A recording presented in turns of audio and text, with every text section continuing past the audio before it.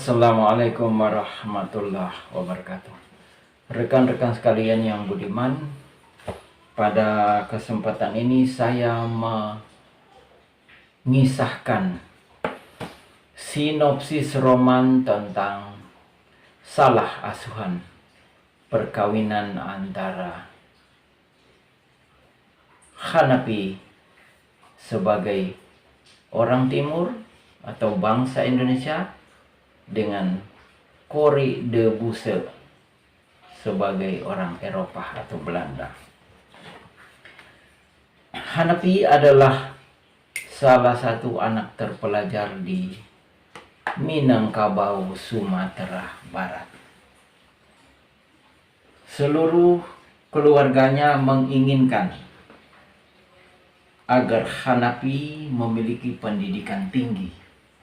Maka atas kesepakatan Ninik Mamat atau keluarga matrilineal adat Minangkabau, Hanafi disekolahkan di HBS, salah satu cabang sekolah Belanda yang berada di Solok, Sumatera Barat.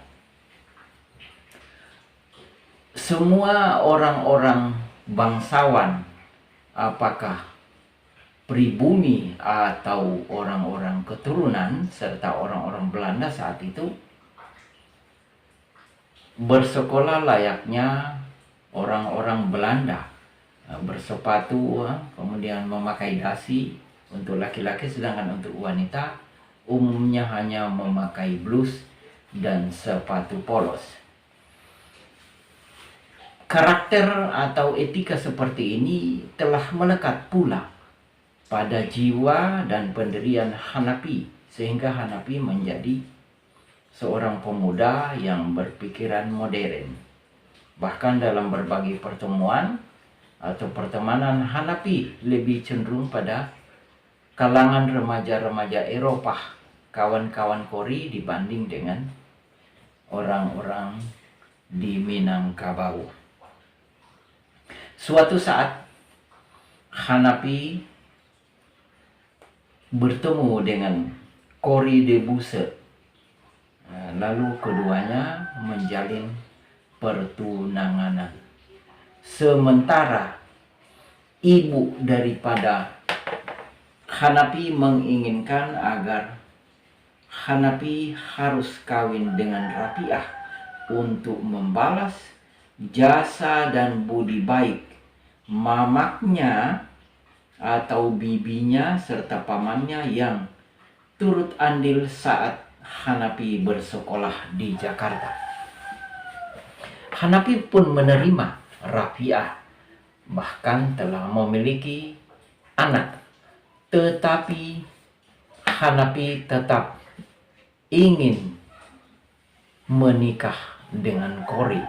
Saat itu masih diikat dengan adat Minangkabau. Maka Hanafi pun dalam hal-hal tertentu, saat-saat lengang atau senggang, dia menemui Corrie de Bussche.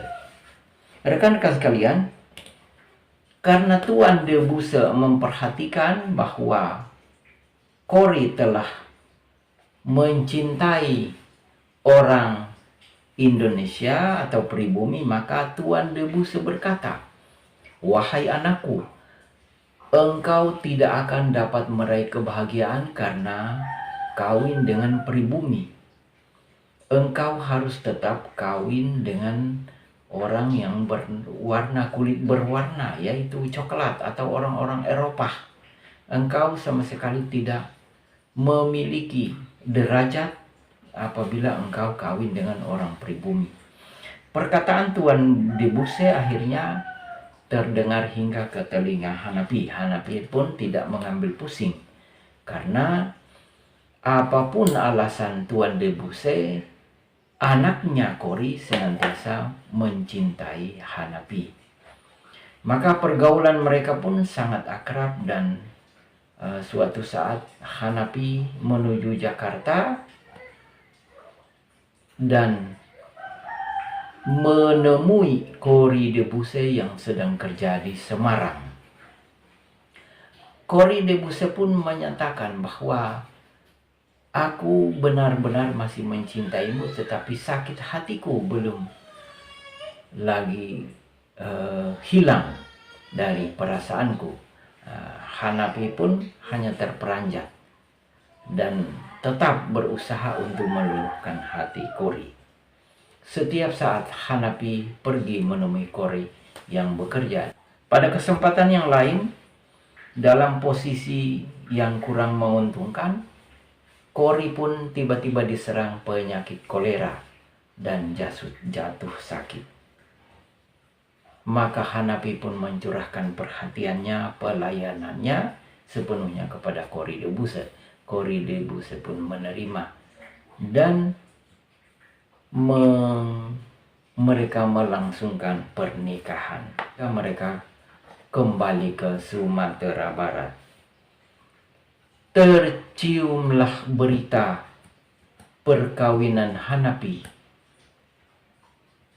pada Rapiah, istrinya. Rapiah pun sedih dan hanya menangis terseduh-seduh dan memasrahkan dirinya bersama anaknya Sapei.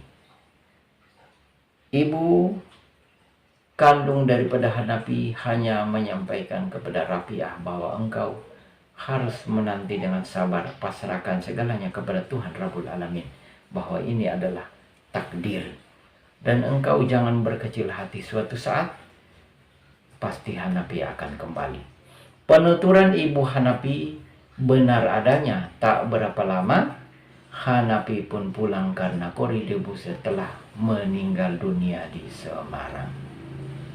Rekan-rekan sekalian, Hanapi mulai sadar bahwa segala perlakuannya dengan politik etis yang telah dipuja-pujinya tidak akan menguntungkan. Ia pun seringkali mendengarkan petuah-petuah dari para ulama bahwa etika politik etis telah membawa kehancuran bagi dirinya. Ia pun kembali menengok sapi dan mendidiknya dan menerima kembali Rapiah, walaupun Rapiah perlahan-lahan telah merasakan kehancuran serta sakit yang sangat parah.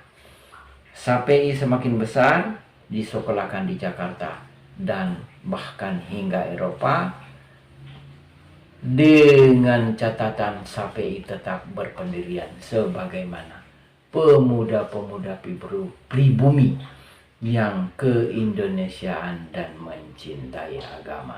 Rekan-rekan sekalian, inilah kisah salah asuhan.